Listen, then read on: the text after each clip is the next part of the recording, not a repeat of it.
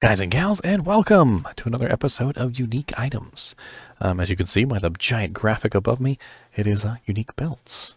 So today we're going to be going over all the unique belts that are currently available in Diablo 2, and they are the same ones that will be available in Diablo 2 Resurrected.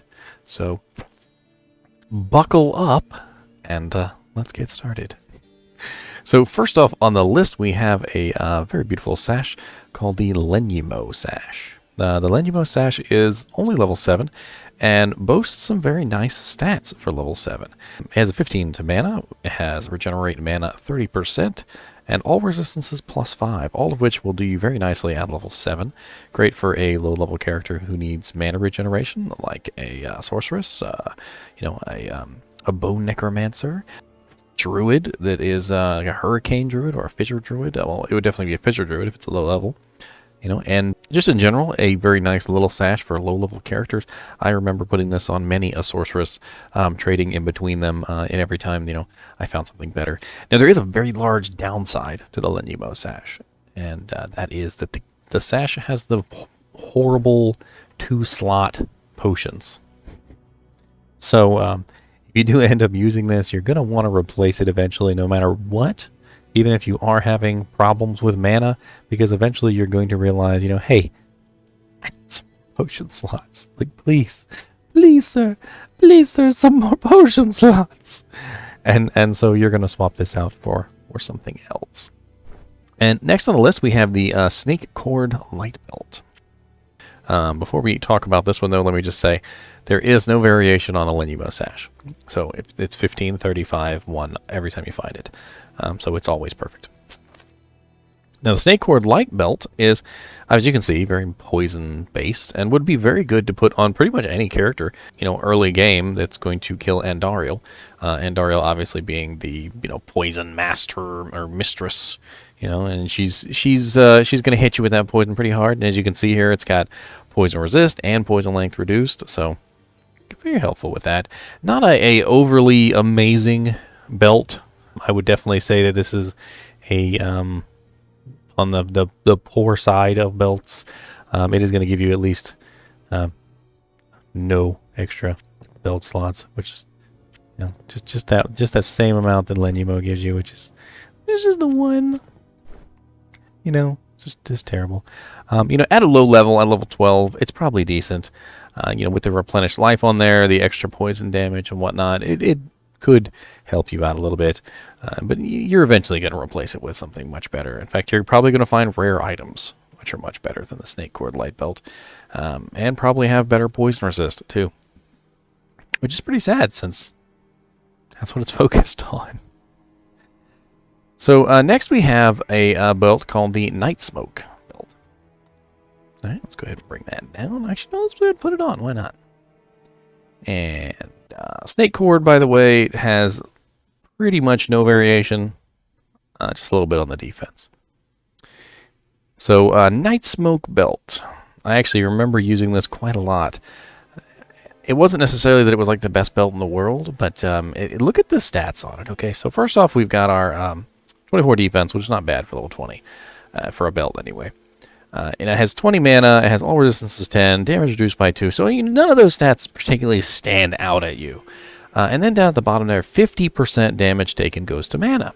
So you must be thinking in your head like, okay, well, this seems like a melee belt, right? Because if you're in the thick of it, you're in there, you get hit, 50% of all the damage you take goes straight back to your mana, and then you can use that mana for whatever you need it for. So, if you're a paladin or a feral druid or a bear druid, your spamming abilities, whatever you're spamming, maybe you're a bear that spams stun, or maybe you're a paladin that's spamming, I don't know, smite, and smite doesn't give you any mana back. 50% damage taken goes to mana means that anything that hits you is going to automatically restore your mana. 50% of the damage they dealt, which is really nice. It's only level 20, and there will be better belts, don't get me wrong. But 50% damage taken goes to mana can work its way into many a build. Now, it's not a unique effect. It is a unique item, but it's not a unique effect in the way that, you can get damage taken goes to mana on a lot of different items, rare items, set items, other unique items, so you don't necessarily need to get it from a Nightsmoke belt. Next on the list, we have the Bladebuckle plated belt, and I do remember using this on quite a few melee characters, namely for that 30% faster hit recovery, which is just beautiful. The 30% faster hit recovery on that is just, you stack that with maybe a couple different faster hit recoveries on various items, and you can really get your faster hit recovery to those break points. It has 10 dexterity, 5 strength. It's got pretty decent defense for a level 29 belt, and not really a lot more going on to it than that. It's something that you might put on specifically for that FHR, and then maybe the plus to dex and plus to strength too, so that you can equip something else. There are better belts, obviously, but depending on what you are using at that particular moment, this might be the best one. And of course, I skipped over one. We have the Goldwrap belt. All right, so we're going to talk about that one next. Didn't realize that I skipped right over it. Now, the Goldwrap belt is a very nice Magic Find belt early on. So this one has 10% increased attack speed, so IAS, which is very nice. Defense is okay. It has extra gold from monsters. So again, if you're, I talked about this before, if you happen to want to build a extra gold from monsters like Barbarian or something, the Goldwrap belt might be one of the pieces that you want to slap on. Then, of course, it has a 30% chance of better magic items, which is not variable. All right. The extra gold for monsters it's like 50 to 80. So if you happen to be going for extra gold for monsters as a barbarian, then you might want to look out for a perfect Goldwrap. But the 30% is what people are actually looking at, the magic find. So you can stack like a gold dagger. You got 100. You got 30% from your Goldwrap. That's 130.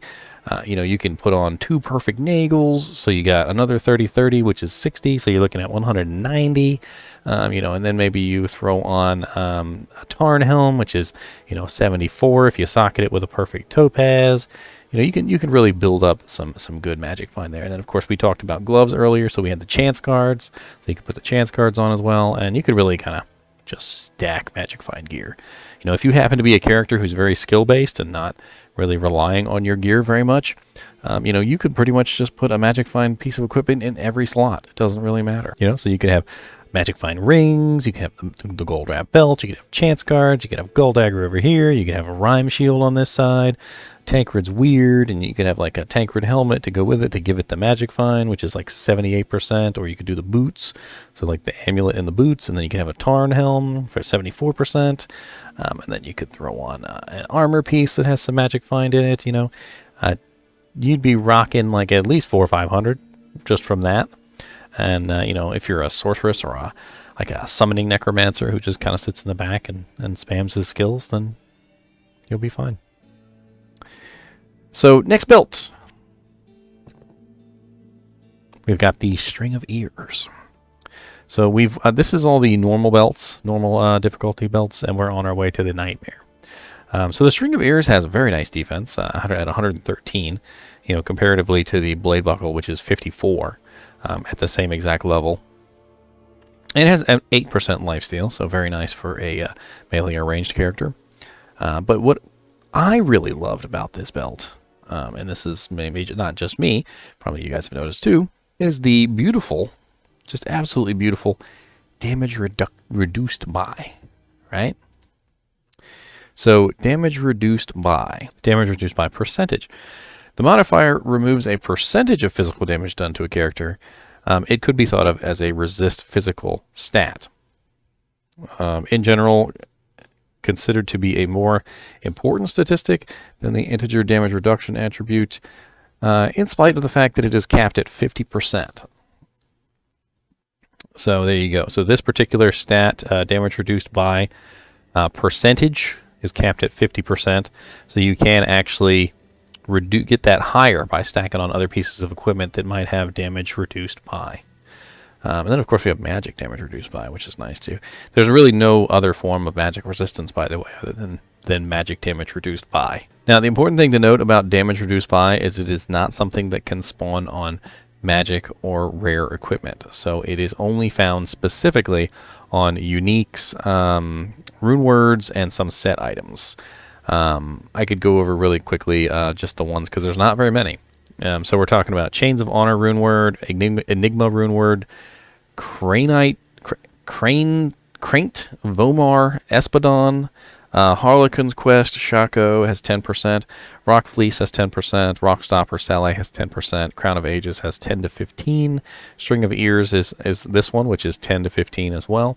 Verdungo's Hearty Cord, Mithril Coil, which we're going to talk about in a little while, also has 15%, 10 to 15%. Spikethorn Blade Barrier is 15 to 20. Vampire Gaze Grimhelm is 15 to 20. Immortal King's Detail Warbelt partial set bonus is 20%. Leviathan Kraken Shell is 15 to 25%. Trangle's Scales Chaos Armor complete bonus gives you 25%. Shaft Stop Mesh Armor is 30%. Natalia's Odium complete set bonus is 30%, and then Storm Shield Monarch is 35%. So if you were to combine these in a specific way, you could definitely grab at least, that 50%, just depending on how you want to build your character. If you wanted to build a really tanky character, that magic damage or damage reduced by would definitely help you out with physical damage. Now, don't sacrifice too much, though, to get it, because you might just end up completely weak to elements. So next on the list, we have the Razortail Sharkskin Belt. And this is a very interesting one, because the Sharkskin Belt has piercing attack on it. Now, there's not a lot of items that have piercing attack on them. A lot of them tend to be weapons. So this is one of the few that is not a weapon. And basically what piercing attack is, it is the Amazon passive skill, Pierce, which gives the ability for a ranged attack to pierce through the target and then possibly hit another target, which can then roll again to pierce and then go through that target and then possibly go through another. Piercing actually does stack, so you can stack it from multiple items. And I think there is a cap on it, though. Let me just double check. We have quite a few items, mainly bows, and it looks like it goes up to 100%, so I think we're fine with that. The Razortail, for instance, though, is 33%. So I know that it doesn't say anything there. It doesn't say that it's 33%. It doesn't say any percentage. So you kind of have to find that out by going to, the Area Summit webpage or something like that and taking a look at the individual stats of the items. But since I'm telling you about them right now, it's piercing attack 33%. All right, we also have 10 to maximum damage, which is nice. Its defense, in general, we're looking at mainly just the fact that it has plus to dexterity on it. So, if you were to build like a enchant sorceress and you wanted to use a bow, so you would cast your enchant on yourself, you'd have your bow running, your bow would get all your fire damage, then you'd be firing your bow, and it would hit a target for all of your fire damage. Well, if you tacked on this, there's a chance your attack would pierce through, obviously, and would allow you to do double or sometimes even triple damage, depending on how many targets it pierced through. Then on top of that, the plus to dexterity would be good in that situation, because you don't really want to build dexterity as a sorceress, so you would use that plus 15 to dexterity to maybe get you to the bow that you want to fire. And then attacker takes damage of 99 is a pretty garbage stat. Even at level 99 with 99 damage, it's still pretty garbage. Maybe if you're walking around like normal Act 1 and a fallen hits you, it would kill something. But for the most part, attacker takes damage is pretty bad. I distinctly remember looking at a video, they called it the Pacifist Paladin build, and in the Pacifist Paladin build they basically stacked on as much attacker takes damage of as they possibly could, threw on thorns, had amazing attacker takes damage set bonuses. They were looking at like 5,000 attacker takes damage of all combined, and they went into hell difficulty and they tried to get something to kill itself, and nothing would kill itself. No matter how long they stood there, no matter how long they let the target wail on them, it would not die.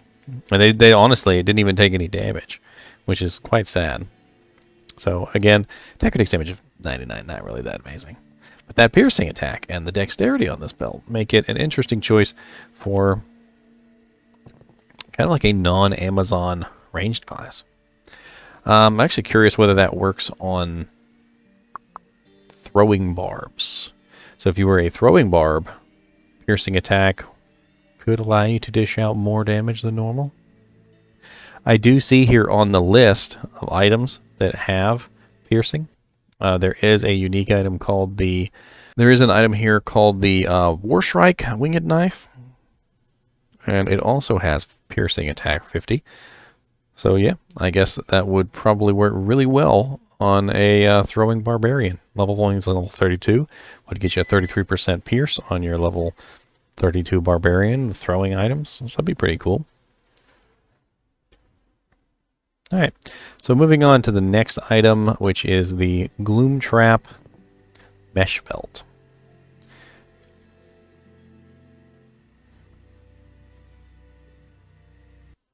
Alright, so the Gloom Trap Mesh Belt is a 5% mana steal, 15 to vitality, so got a little bit of life there. Increases maximum mana 15%, regenerate mana 15%. It's a very odd belt. I don't really know how to explain it other than it's kind of like a mixed bag. So you've got 5% mana steal, but then you also have regenerate mana and an increased maximum mana. So it seems like with the 5% mana that it would be more focused on a melee character, but then the increased maximum mana and the regenerate mana would work very well on a caster type. So, you know, which one would you use it for? I don't know. I mean, most caster types are not using weapons to attack, so they're not getting 5% mana steal. And most melee characters are not really super interested in increased maximum mana or regenerate mana. So maybe a Zeal Sorceress? Zeal Sorceress it is. So next on the list is the Snowclash Battle Belt. This one seems to be very specifically sorceress related, although you don't have to be a sorceress to use it. As you can see here, it has +2 to chilling armor, +2 to blizzard, +3 to glacial spike. Very ice sorceress, pointed toward them. 5% chance to cast level 20 blizzard when struck. So again, that kind of goes along with the +2 to chilling armor aspect. It'll give you another layer of defense. I'm curious as to whether that level 20 blizzard could, use your synergies since you are a sorceress. But if you're not a sorceress, it's obviously not going to have any of that. The other notable aspects of this belt is that it has +15% to cold resist. Maximum, so you can have from 75 to 95. So 75, that's 80, and then that's going to get you to 90, 90%. And then +15 cold absorb, which is going to make you fairly immune to cold damage. So you're looking at 90% cold resist, +15 cold absorb, which is just going to be a very nice effect in general, since if you're already at 90% cold, that's just going to make things even better for you. Now, there is some variance on this belt, but it's mainly just to do with the defense, and that's just about it. The Gloom Trap didn't have any variance except for the defense, and the Razortail also didn't have any variance except for the defense. So moving on to the next one, we've got a very popular belt here. This one is actually one that has worked very well into Amazon Javazon builds. All right, so if you're a Javazon and you really want to beef up your Lightning Fury, this is the belt to get. This belt is going to make you just amazing. Because as you can see, it gives you +3 to Lightning Fury. It also gives you +3 to Lightning Strike if you happen to be going with the melee ability. Then you have 20 Strength, 20 Vitality, which is going to help you out immensely as far as equipping gear. And 10% to maximum lightning resist, and 20 lightning absorb. So not only are you getting the amazing +3 to lightning fury here, you're also getting a huge boon to your lightning resist and lightning absorption on top of that. It's a very, very nice belt for any Amazon who wants to run Lightning Fury or Lightning Strike. Specifically, though, Lightning Fury, especially a cow Lightning Fury, Javazon. Oh, I love Javazons. They're so fun. I swear there's nothing better than just going into a cow level in hell and just tossing one Lightning Fury javelin, and you see all these lightning bolts just shooting out because your javelin is going through like 18 targets, and every time it goes through a target, it shoots out more bolts. And like just everything dies. It's amazingly beautiful, you know, except for of course the lightning immune monsters. Now the variance on this belt, let's take a look, is not much. It's only the defense. So only the defense actually varies at all, and everything else is a static. So you're going to have an easy time. If you find a Thundergod's Vigor, you're just going to use it. There's really no reason not to. Even if you're not an Amazon, if you find a Thundergod's Vigor, there's a pretty good chance you're going to put it on just for that 10% max lightning resist and the 20 lightning absorb. And, you know, maybe later on you find something better for yourself. But if you happen to find one of these, you got lucky enough, you'll put it on, save it for a Javazon if you want to make one. And, you know, have amazing lightning resist with it. So now we're moving on to the Hell belts. So the first of the Hell belts is actually called the Arachnid's Mesh. Now, as you can see, it gives you the full slots. Anything that comes after normal difficulty gives you full slots. So the very interesting thing about this belt is it's a +1 to all skills belt. None of the other belts, none of them give +1 to all skills. So this is literally the only belt that gives +1 to all skills. And as you can see, it also gives plus 20% to your faster cast rate.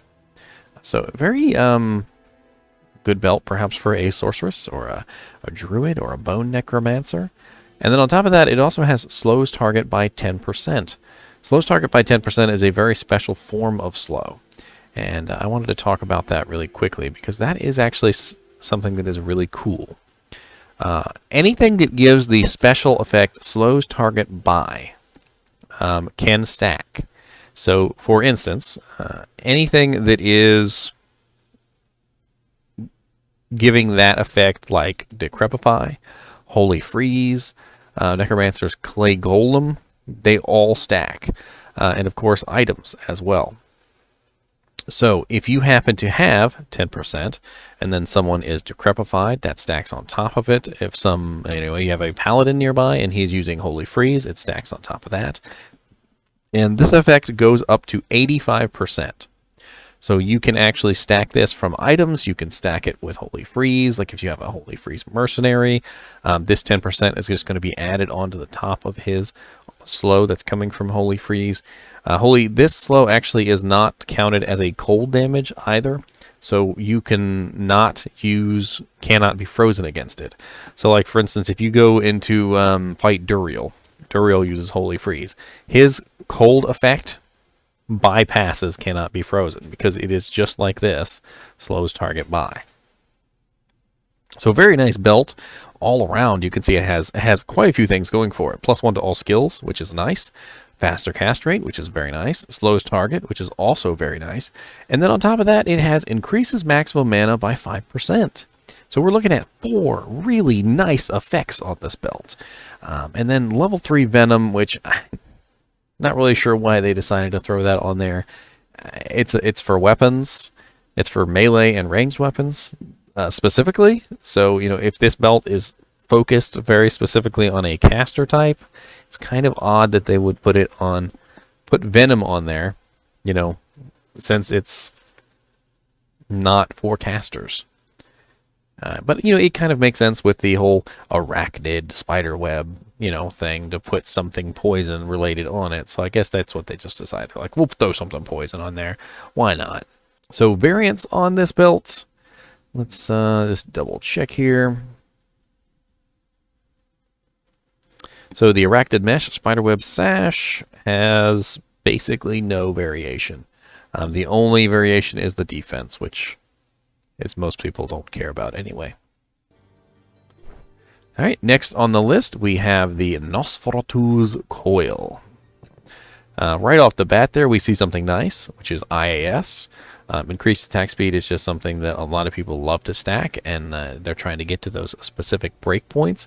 And an extra 10% on a belt might come in handy. We don't really have a lot of IAS on belts here. We've got faster hit recovery, which is nice, you know, but we don't have IAS. So if we want IAS on a belt, it looks like this is one of our choices.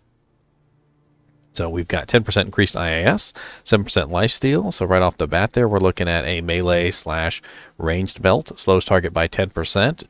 Amazing. We just talked about that and how good it is. Plus 15 to strength. Very nice for equipping gear. And if you notice, this belt has a very low strength requirement of only 50. And so very, very nice to have a 50 strength belt with plus 15 to strength on it as well. And then the other two stats are pretty much garbage. Plus 2 to mana after each kill. And then -3 light radius, which is awful. Because you're just going to be blind while you're wearing this. As for the stats variance, the only variance that really matters on this belt is the lifesteal. So the lifesteal varies 5 to 7%. This would be very good to build into a Zeal Paladin, a Fury Druid. There's a lot of characters that could take advantage of 10% increased attack speed, 7% lifesteal, and slows target by 10%. Those three stats together are just beautiful for a melee character who needs to really get into the thick of it. And then last but not least, we have a special belt called Verdungo's Hearty Coil. And seems to be very specifically revolving around keeping you alive. So if you look here right off the bat, we have 10% faster hit recovery, which is a very nice thing to help keep you alive. We have very nice defense on the belt, and 40 vitality, which is very nice to help keep you alive. Replenish life 13, which is, again, very nice to help keep you alive. 120 to max stamina. At level 63, I don't think most people have problems with maximum stamina, but I guess it's there. Then we have damage reduced by 15%. So we were talking about that earlier on one of the other belts, the String of Ears. So we're looking at 15% on this one, plus the health and the replenished life and the faster hit recovery. It's not necessarily better than the String of Ears. String of Ears has lifesteal, whereas this one has, replenished life as well as plus to vitality. Maybe you don't specifically need lifesteal from your belt. Most people have solved the whole lifesteal dilemma at some point or another. Maybe they socketed their weapon with an Amrune. Maybe they have a lifesteal ring. Maybe they're using lifesteal gloves. Maybe they have lifesteal on their body armor. Whatever it is, there's a way to get lifesteal where you might not necessarily require that 8% on the String of Ears, and instead you might go with the Verdungo's Hearty Cord. And they both have the damage reduced by 15%, so very nice there. And this one gives a little bit more health, though. 40 to vitality can be a really hefty number. So you can see I only have 54 life right now, and I throw this on here, and now I have 134. So a pretty decent chunk of HP there. And if you happen to have any items that increase your HP by percentages, that can help bring it up even further. Well, I have gone over every single belt on the list here. As with some of my other videos, I do want to show you how to actually find these items. So in the description of the video, you will find some links, which will definitely help you, figure out where to get these particular belts to drop. We have Lenymo sash, we got Snakecord light belt, we have Nightsmoke belt, we got the Goldwrap heavy belt, we've got Bladebuckle plated belt, we have the String of Ears demon hide sash, the Razortail sharkskin belt, Gloom's trap mesh belt, Snowclash battle belt, Thundergod's Vigor war belt, we've got Arachnid's mesh spiderweb sash, we've got Nosferatu's Coil vampire fang belt, the Verdungo's Hearty Cord, Mithril Coil, and all of them have different levels, all of them have different TC classes, and all of them are going to drop from different places in the game. So when you go into the description, what you're going to find is a couple links, and each one of the links is going to have different things. So you'll find a TC, which is the treasure class link, and that's how you're going to find out what treasure class a specific item is. So, like, for instance, let's look at Verdungo's Hearty Coil. So if I take my Diablo II treasure class, and we're going to click on this link here. I'm going to search for the Verdungos in this list. So Verdungo's Heavy Cord has a treasure class of 71. So Qlvl 71. treasure class of 75, and it is a Q level 71 item. So to find this, we'd have to be in an area which is level 75 or higher. And that's another one of the links that you'll find there is it's a Diablo II area level link. All right. And in the area level link, you're going to look for an area which is 75 or higher. So for instance, in Hell, the tower cellar level 1, 2, 3, 4, and 5 are level 75, 76, 77, 78, and 79. So if you were to farm, for instance, Countess and kill lots of things in the tower as you got to the Countess, there would be a good chance that you could get a Verdungo's Hearty Coil drop. And using this method, you can figure out exactly where to go, what the best places to go, what the best monsters are to kill, and just have fun finding uniques. There's also going to be another link in there that you can plug in the exact item and your magic find, how many characters are in the game, and you can look and see like what monsters have the best chance to drop your item. There are very specific monsters that have a higher % chance to drop certain items over others. And so like if we go there right now, let's see. So let's go, let's look up a different belt instead of Verdungos. Let's look at one that I would like. So I actually think I would like to use a Nosferatu's Coil on like a Zeal Paladin or something similar. So we're going to go to Unique Item. Then we're going to go to Elite. And we're going to find the ends. Nosferatu's Coil. All right, we're going to say that I have 400 magic find, and there are currently 8 players in the game. And I'm going to want to look and see what bosses will drop my particular item. So we're going to hit find. And it says here I have a really good probability of getting this belt from Hell and Dariel. Catacombs level 4. So if I kill Andariel in Hell over and over again, I could get a Nosferatu's Coil. Baal in Hell also has a fairly good chance. And it says here Diablo also has a very good chance. Now let's look at individual monsters and not bosses. So let's check super uniques. Qlvl the Cursed, Ancient Ka the Soulless, Axe Dweller, Bartuk the Bloody, Battle Maid Serena. Those are all in Hell, of course, because this is a rather high-level belt. Bone Ash in the Cathedral, Cold Worm the Burrower in Magalire's level 3. All right, so let's look at regular monsters. Like, what regular monsters would have a pretty good chance of dropping me a Nosferatu's Coil? Abominable Snow Yetis in the Ancient's Way, the Drifter Cavern, or the Icy Cellar. Abyss Knights in the City of the Damned and River of Flame. Afflicted in Catacombs level 3, level 4, Drifter Cavern, Ancient's Way. So as you can see here, it goes over very specifically, where to farm, what to farm, so that you can get your items. Anyway, I hope this video has been at least a little bit helpful to you all, especially the newer players. Those are the ones that I'm really making these videos for. I know all you 20-year veterans are well aware of these uniques and what their purposes are and how they fit into specific builds. But these videos are not for you. They're for the newer players who probably have never seen a Verdungo's Hearty Coil or a Nosferatu's Coil. Anyway, till next time.